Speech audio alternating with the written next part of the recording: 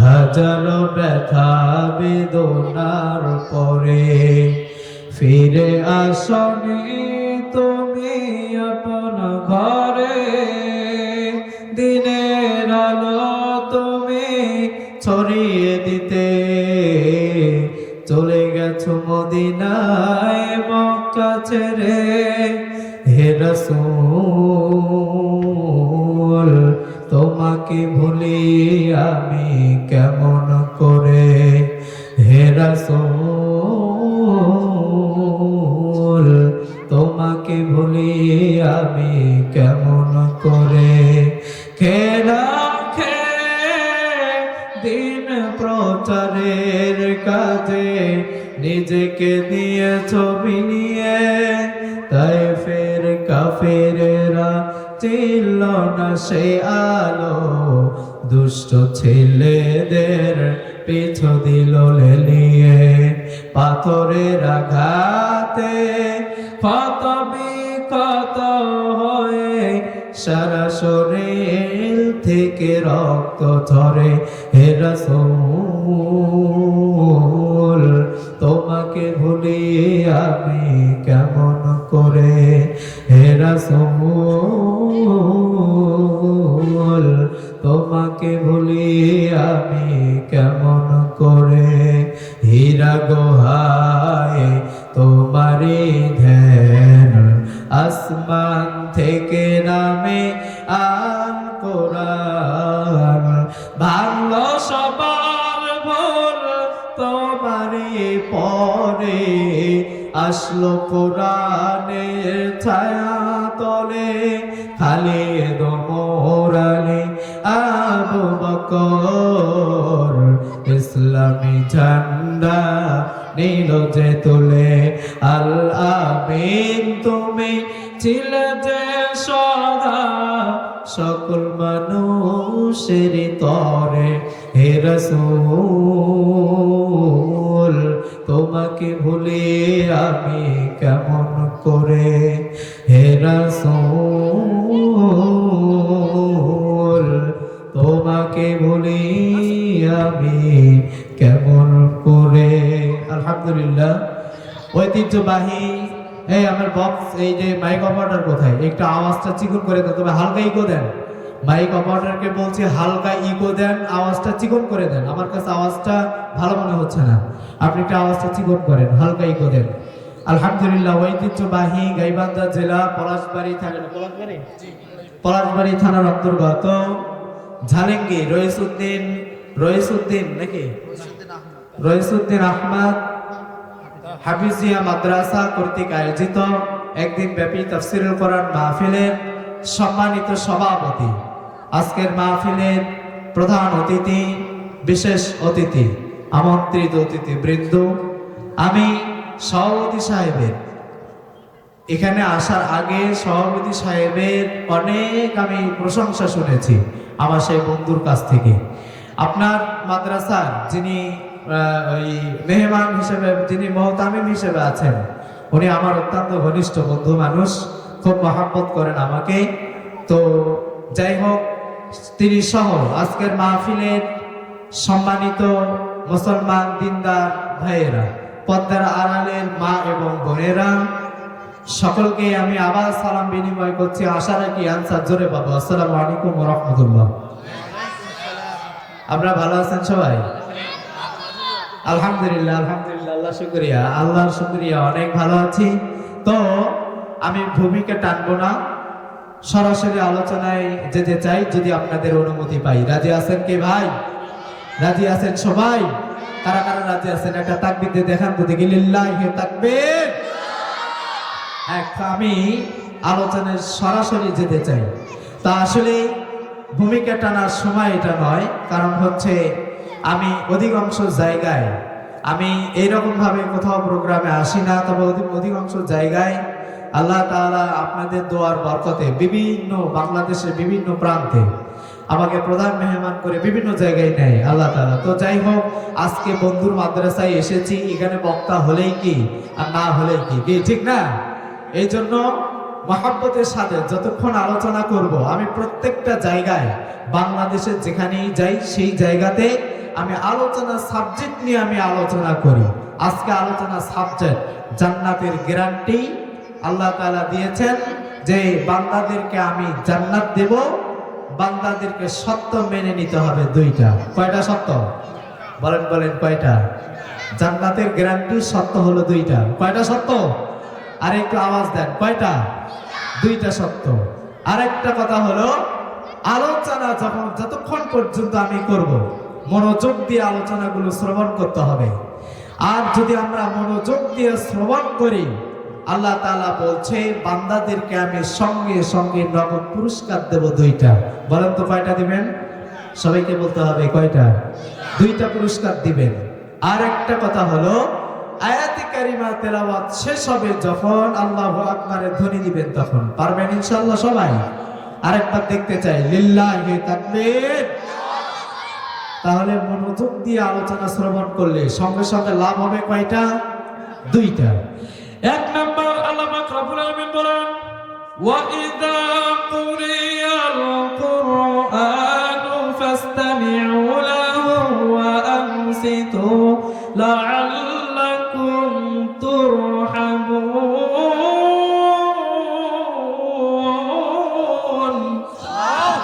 হেনি হেনি আরেকবার জোরে আল্লাহু আকবার।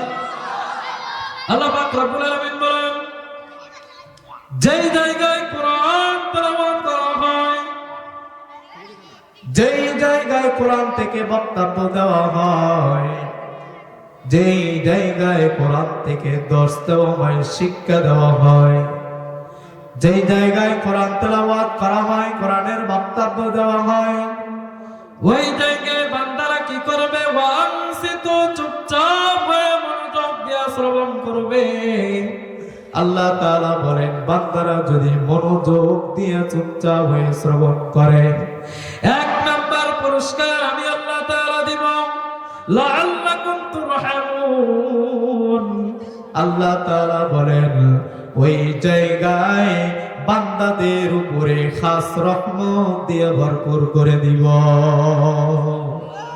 হয়নি? জোরে বলেন সুবহানাল্লাহ। আরেকবার জোরে বলেন সুবহানাল্লাহ। সঙ্গে সঙ্গে আল্লাহ খাস রহমত নাযিল করবেন যদি মনোযোগ দিয়ে শ্রবণ করি। দুই নাম্বার পুরস্কার দিবেন আল্লাহ পাক রব্বুল আলামিন বলেন ইউবাদদিলুল্লাহু সাইয়্যাতিহিম হাসানাতিন ওয়া কানা আল্লাহু গফুরার রহিমা। হেই খুশি হতে পারি না? আরেকবার জোরে বলেন আল্লাহু আকবার। আল্লাহ পাক রব্বুল আলামিন বলেন যেই জায়গায় কোরআন তেলাওয়াত করা হয় ওই জায়গায় বান্দারা যদি মনোযোগ দিয়ে শ্রবণ করে আলোচনাগুলো আমলের নিয়তে, আল্লাহ তাআলা বলেন বাদদালা ইউবাদদিলু, আল্লাহ বলছে আমি পরিবর্তন করে দিব। বান্দাদের কি পরিবর্তন করে দিব? সাইয়্যাতিহিম হাসানাত, আল্লাহ তাআলা বলেন বান্দাদের সমস্ত গুনাহগুলো পরিবর্তন করে দিয়া ওই জায়গাগুলো নেকি দিয়ে ভরপুর করে দেব। জোরে বলেন সুবহানাল্লাহ। তাহলে কোরআনে কারীমের আলোচনা যদি আমরা মনোযোগ দিয়ে শ্রবণ করি লাভ আছে না নাই? জোরে বলেন আছে না নাই? হ্যাঁ, খুব মনোযোগ দিব। যে আয়াতে কারীমা আমি তেলাওয়াত করেছি এই সূরার নাম হচ্ছে সূরা কাফ। কোন সূরা? বলেন বলেন কোন সূরা? আরে সবাইকে জোরে বলতে হবে কোন সূরা? সূরা কাফ। আল্লাহ পাক রব্বুল আলামিন আমাকে সূরা কাফ থেকে আয়াত তেলাওয়াত করার সুযোগ দিয়েছেন। 16 নম্বর পারা 3 নম্বর পৃষ্ঠা যে আয়াতে কারিমা আমি তেলাওয়াত করেছি আয়াত নাম্বার 107। 100 কত? বলেন বলেন কত? 107 আয়াতে কারিমা আমি তেলাওয়াত করেছি। আল্লাহ তাআলা জান্নাত দিবেন কয়টা কাজ করলে? গ্যারান্টি দিয়েছেন জান্নাত বান্দারা পাবে। দুইটা কাজ করতে হবে। কয়টা? জোরে জোরে বলেন কয়টা? দুইটা কাজ করলে আল্লাহ পাক রব্বুল আলামিন জান্নাত দিবেন। এর আগে কি আর বললাম? মনোযোগ দিয়ে যদি আমরা শ্রবণ করি আল্লাহ সমস্ত গুনাহ মাফ করবেন। তা আজকে আমরা এখান থেকে গুনাহ মাফ নিয়ে চলে যাব। কি রাজি আছেন ইনশাআল্লাহ? রাজি আছেন ইনশাআল্লাহ? আর একটা কথা হলো, এই অন্ধ হাফেজ মাওলানা রাকিব বিন আব্দুল মালিক, সেই রংপুর মাদ্রাসার পরিচালক, এই রংপুর মাদ্রাসায় থেকে আমি আসছি। আপনাদের জন্য খাস দিলে দোয়া হবে ইনশাআল্লাহ। হাতের গুনাহ, চোখের গুনাহ, হাতের গুনাহ, পায়ের গুনাহ থাকতে পারে, চোখের গুনাহ থেকে আল্লাহ মাসুম রেখেছেন। খাস দিলে দোয়া করব, শেষ পর্যন্ত থাকতে হবে। রাজি আছি ইনশাআল্লাহ? কারা কারা থাকবো? দোয়া উঁচু করে দেখাই, লিল্লাহি তাকবীর। হ্যাঁ, সবাই থাকবো। তাহলে জান্নাতের গ্যারান্টি দিয়েছেন আল্লাহ তাআলা। সত্য মেনে নিতে হবে দুইটা। সত্য কয়টা মেনে নিতে হবে? দুইটা। এক নম্বর, আল্লাহ পাক রব্বুল আলামিন বলেন, ইন্নাল্লাযীনা আমানু ওয়া আমিলুস সালিহাতি কানাত লাহুম জান্নাতুল ফিরদাউসি নুজুলা। আল্লাহ পাক রব্বুল আলামিন বলেন, ইন্নাল্লাযীনা আমানু, নিশ্চয় যারা ঈমান আনবে। একটু জোরে আওয়াজ দিয়ে বলেন তো দেখি, নিশ্চয় যারা কি আনবে? আরো জোরে বলেন, কি আনবে? নিশ্চয় যারা ঈমান আনবে, নিশ্চয় যারা ঈমানদার দাবি করবে। এই ঈমানদার যখন মানুষেরা দাবি করবে, অর্থাৎ যারা ঈমান আনবে, ঈমান আনার পরে, ঈমান আনার পরে তারা নেক কাজের সাথে জড়িত হবে। ঈমান আনার পরে কুফরি আকীদা মেনে নেবে না। ঈমান আনার পরে কুফরি মতবাদকে মেনে নেবে না। ঈমান আনার পরে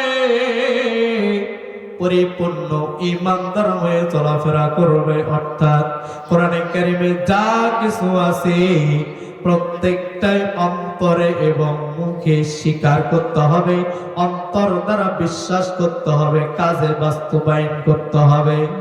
আপনি যখন ঈমানদার দাবি করবেন, এমনি এমনি আল্লাহ তাআলা আপনাকে জান্নাত দেবেন। ঈমান আনার পরে মানুষ, আল্লাহ তাআলা আপনাকে পরীক্ষা করবে। দুনিয়ার জমিনে দেখবেন অনেক মানুষেরা যখন গার্মেন্টস অথবা বিভিন্ন ফ্যাক্টরিতে অথবা বিভিন্ন সেক্টরে যখন কাজ করে, মনে রাখবেন এমনি এমনি কিন্তু সুপারভাইজার হয় না, এমনি এমনি কিন্তু ইনচার্জ হয় না, এমনি এমনি কিন্তু ইনপুট সুপারভাইজার, বিভিন্ন কোয়ালিটি সুপারভাইজার হয় না।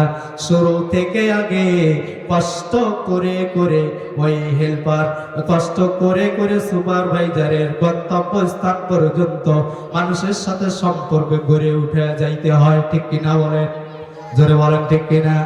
আল্লাহ পাক রব্বুল আলামিন বলেন, মানুষেরা যখন ঈমানদার দাবি করবে, এরা যেন মনে না করে আমি এমনি এমনি জান্নাত দেব। না না, আমি এমনি এমনি জান্নাত দেব না। এদেরকে আমি পরীক্ষা করব, পরীক্ষা করার পরে আমি এদেরকে জান্নাত দেব। সুবহানাল্লাহ বলেন। আমাদেরকে আল্লাহ পরীক্ষা করবেন। কি করবেন? বলেন বলেন, কি করবেন? ঈমান আনার পরে পরীক্ষা করবেন। সে পরীক্ষাগুলো অনেক প্রকার। এক নাম্বার হলো, ওয়ালা নাবলুওয়ান্নাকুম বিশাইইম মিনাল খাউফি ওয়াল জু'i ওয়া নাকসিম মিনাল আমওয়ালি ওয়াল আনফুসি ওয়াস সামারাত ওয়া বাশশিরিস সাবিরিন। হাইনি হাইনি খুশি দিতে পারি না, বজর বল আল্লাহু আকবার। ঈমান আনার পরে আল্লাহ পাক রব্বুল আলামিন বলেন, বান্দারা যখন ঈমানদার দাবি করবে, ঈমান আনার পরে আমি তাদেরকে পরীক্ষা করব। এক নাম্বার পরীক্ষা করব, ওয়ালা নাবলুওয়ান্নাকুম বিশাইইম মিনাল খাউফ। আমি তাদেরকে বিভিন্ন রকমের ভয়ের মাধ্যম দিয়ে পরীক্ষা করব। কিসের মাধ্যম দিয়ে? জোরে বলেন, কিসের? আমি কি কোরআনের বাইরে কথা বলতেছি? এখানে কোনো রাজনীতি কথা হবে? কোনো রাজনীতি কথা হবে না, সম্পূর্ণ কোরআন ও হাদিস থেকে হবে। কোথায় থেকে হবে? আপনার মনোযোগ দিয়ে শ্রবণ করবেন। একটা কথাও কোরআন ও হাদিসের বাইরে বলবো না। কোনো রাজনীতি, কোনো গল্প হবে না, সম্পূর্ণ কোরআন হাদিস থেকে হবে। এই কোরআন হাদিসের মধ্যে যদি রাজনীতি থাকে, সেটাও আমরা সেটাও আমাদেরকে বলতে হবে। ঠিক না ঠিক? জোরে বলেন। আর কোরআন হাদিসে যদি রাজনীতি না থাকে, আমাদেরকে বলা যাবে না। কি কথা ঠিক আছে? খুব মনোযোগ দেন। এক নাম্বার, আল্লাহ পাক রব্বুল আলামিন, ঈমানদার যদি আপনি হন, ইমানদার হওয়ার পরে আপনাকে বিভিন্ন ভয়ের মাধ্যম দিয়ে পরীক্ষা ফলাইতে পারে। কিসে ফলাইতে পারবে? পরীক্ষার মাধ্যম দিয়ে ফলাইতে পারে যদি আপনি ইমানদার দাবি করেন। সে ভয়গুলোকে আল্লাহ পাক রব্বুল আলামিন বলেন, বান্দারা যখন ইমানদার দাবি করবে বিভিন্ন রকমের হামলায়, বিভিন্ন রকমের মামলার ভিতরে আমি ফেলে দিব, জেলখানায় ঢুকাবো। ইমানদার যদি দাবি করে প্রশাসনের হাতে জমা দিয়ে দিব। শুধু তাই নয়, বিভিন্ন মানুষের কাছে বিভিন্ন মানুষের সম্মুখীন করিয়ে দিব। শুধু তাই নয়, বিভিন্ন ফাঁসির মঞ্চে ঝুলাবো, অথবা আমি তাদেরকে বিভিন্ন মামলার পরে মামলা দিব। এরপরেও যদি পরিপূর্ণ ভরসা আমার প্রতি রাখে, ঈমান যদি আমার প্রতি রাখে, আল্লাহ তাআলা বলেন, ওয়ালা নাবলুওয়ান্নাকুম বিশাইইম মিনাল খাউফ, বিভিন্ন রকমের ভয়ের মাধ্যম দিয়া আমি পরীক্ষায় ফেলাইতে পারি। এর মধ্য দিয়ে যদি বান্দারা ঈমান পরিপূর্ণ বুকে ধারণ করে নিয়া টিকে থাকতে পারে, আল্লাহ তাআলা বলেন আমি তাদেরকেই জান্নাত দান করব। সুবহানাল্লাহ বলেন, আরো জোরে বলেন সুবহানাল্লাহ। ঈমান আনার পরে পরীক্ষা করবেন। দৃষ্টান্ত দেই, খেয়াল করেন। হযরত খাব্বাব রাদিয়াল্লাহু তাআলা আনহু ঈমান আনার পরে, খাব্বাব রাদিয়াল্লাহু তাআলা আনহু ঈমান আনার পরে কালেমার দাওয়াত যখন দিয়েছেন, ওই সময় ইহুদিরা বিভিন্ন কাফের বেঈমান মুশরিকরা তাকে নির্যাতন করেছে। ঠিক না বেঠিক জোরে বলেন। আল্লাহর নবী সাল্লাল্লাহু আলাইহি ওয়াসাল্লামের কাছ থেকে ঈমান আনার পর যখনই তিনি হাদিস শুনতে পেয়েছে, বাল্লিগু আন্নি ওয়ালাউ আয়া, যখনই হাদিসটা শুনতে পেয়েছে, তিনি তখন শুনেছে যে একটা কথাও যদি তোমার সঠিকভাবে জানা থাকে তুমি মানুষের মাঝে জানিয়ে দাও। হযরত খাব্বাব রাদিয়াল্লাহু তাআলা আনহু এই ঈমান আনার পর যখন তিনি কালেমাকে বুঝতে পেরেছেন, কালেমা যখন গ্রহণ করিয়েছেন, এই কালেমা যখন বুকে ধারণ করেছেন, আল্লাহর নবী বলছে বাল্লিগু আন্নি ওয়ালাউ আয়া, একটা কথা জানা থাকলেও মানুষের মাঝে সেটা পৌঁছিয়ে দাও। আল্লাহর নবীর বাণী, কার বাণী? জোরে বলেন কার বাণী? আরো জোরে বলেন কার বাণী? আল্লাহর নবী সাল্লাল্লাহু আলাইহি সাল্লামের এই হাদিসটা জানার পর খাব্বাব রাদিয়াল্লাহু তাআলা আনহু তিনি কালেমার দাওয়াত দিচ্ছেন। মনোযোগ আছে আমার দিকে? মনোযোগ আছে?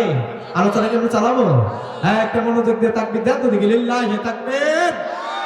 হযরত খাব্বাব রাদিয়াল্লাহু তাআলা আনহু যখন কালেমার দাওয়াত দিয়েছেন, রাসূল করিম সাল্লাল্লাহু আলাইহি সাল্লাম বলেন, খাব্বাব কালেমাকে গ্রহণ করিয়েছো, এই কালেমার দাওয়াত তোমাকে দিতে হবে, বসে থাকা যাবে না।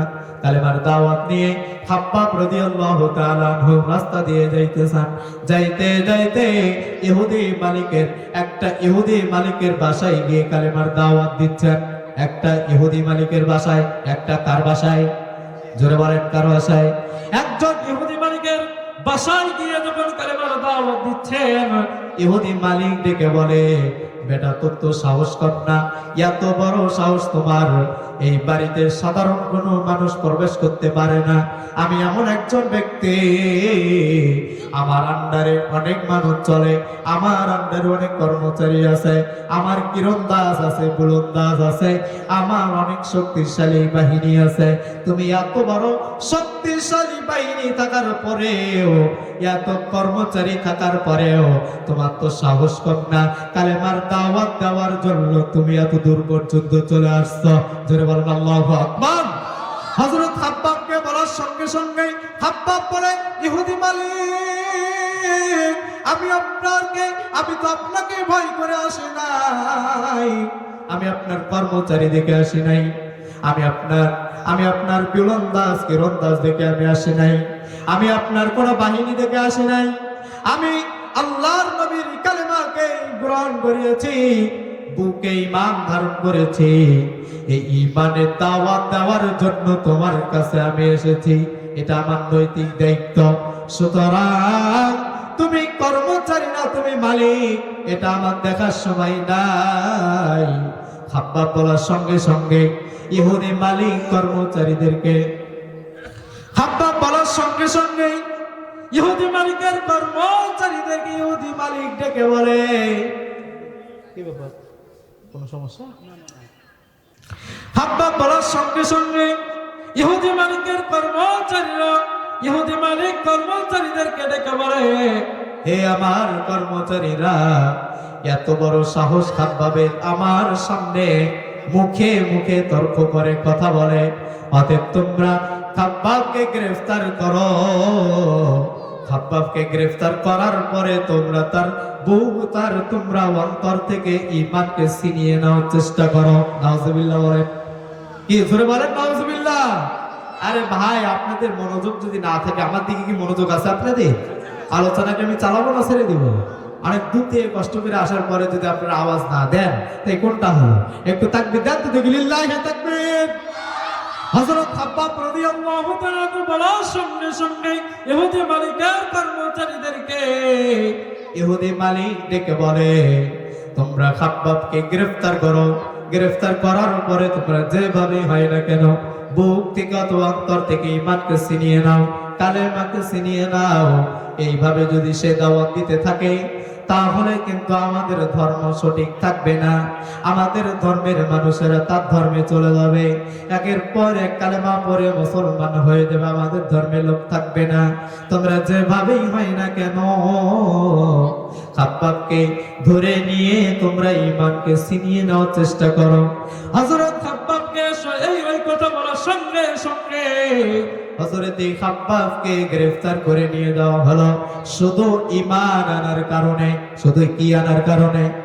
জোরে বলেন, কি আনার কারণে? শুধু ঈমান আনার কারণে, কালেমার দাওয়াত দেওয়ার কারণে ইহুদি মালিকের শরীরে লেগে গেছে। আজকেও দেখবেন বাংলার জমিন থেকে শুরু করে তামাম পৃথিবীতে অনেক ইহুদিরা আছে, দেশ দখল করে নিয়ে আসে। কালেমার সঠিক কথা বলতে গেলে জেলখানায় ঢুকানোর চেষ্টা করেছিল, ঠিক না? ঠিক জোরে বলেন। আল্লাহর নবী সাল্লাল্লাহু আলাইহি সাল্লামের কালেমার দাওয়াত দেওয়ার জন্য খাব্বাব রাদিয়াল্লাহু তাআলা যখন চলে গেলেন, খাব্বাবকে গ্রেফতার করে নিলেন। খাব্বাবকে গ্রেফতার করে নেওয়ার পরে ইহুদি মালিকের কর্মচারীরা ডেকে বলে, এই খাব্বাব, এখনো সময় আছে, কালেমা ছেড়ে দাও। এখনো সময় আছে, কি ছেড়ে দাও? বলেন বলেন, কি ছেড়ে দাও? এখনো সময় আছে, কালেমা ছেড়ে দাও। ইহুদি মালিক ডেকে বলে, যেভাবে হয় না কেন খাব্বাবের শরীর থেকে, খাব্বাবের অন্তর থেকে ঈমানকে তোমরা ছিনিয়ে নাও। খাব্বাবের কর্মচারীরা বলল, খাব্বাব, এখনো সময় আছে, কালেমা ছেড়ে দাও, নইলে কিন্তু তুমি এখানে শেষ হয়ে যাবে। খাব্বাব বলেন, ভাই, ইহুদি মালিকের কর্মচারীদেরকে ডেকে বলেন, ও কর্মচারীরা, আমাকে তোমরা কি ছাড়তে বলো? যেই কালেমা আমি একবার গ্রহণ করেছি, ওই কালেমা কখনোই আমি ছাড়তে পারবো না। সুবহানাল্লাহ বলেন, জোরে বলেন সুবহানাল্লাহ। হযরত খাব্বাব রাদিয়াল্লাহু তাআলা বলার সঙ্গে সঙ্গে ইহুদি মালিকের কর্মচারীরা ডেকে বলে, ও ভাই খাব্বাব, এখনো সময় আছে, কালেমা ছেড়ে দাও। বলছে, না না, কালেমা কখনোই আমি ছাড়তে পারবো না। ইহুদি মালিক ডেকে বলে, যেভাবেই হয় না কেন তোমরা তার অন্তর থেকে ঈমান ছিনিয়ে নাও। ইহুদি মালিকের কর্মচারীরা খাব্বাব রাদিয়াল্লাহু তাআলা আনহুকে ধরে দুই হাত বেঁধে ফেললেন, পা বেঁধে ফেললেন। ও ঢোলবাংলার মুসলমানেরা, খুব একটু মনোযোগ দিয়ে আলোচনাগুলো শ্রবণ করেন। আলোচনার ভিতরে আপনারা শিক্ষা পাবেন। ইহুদি মালিকের দুই হাত বেঁধে ফেললেন, দুই পা বেঁধে ফেললেন।